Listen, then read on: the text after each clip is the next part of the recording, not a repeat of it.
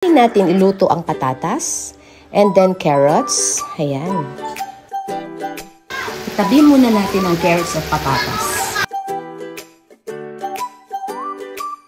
Ginisa ko muna sa luya ang atay para maalis ang lansa, guys. Tara guys, samahan niyo ako magluto ng ating pork menudo for today.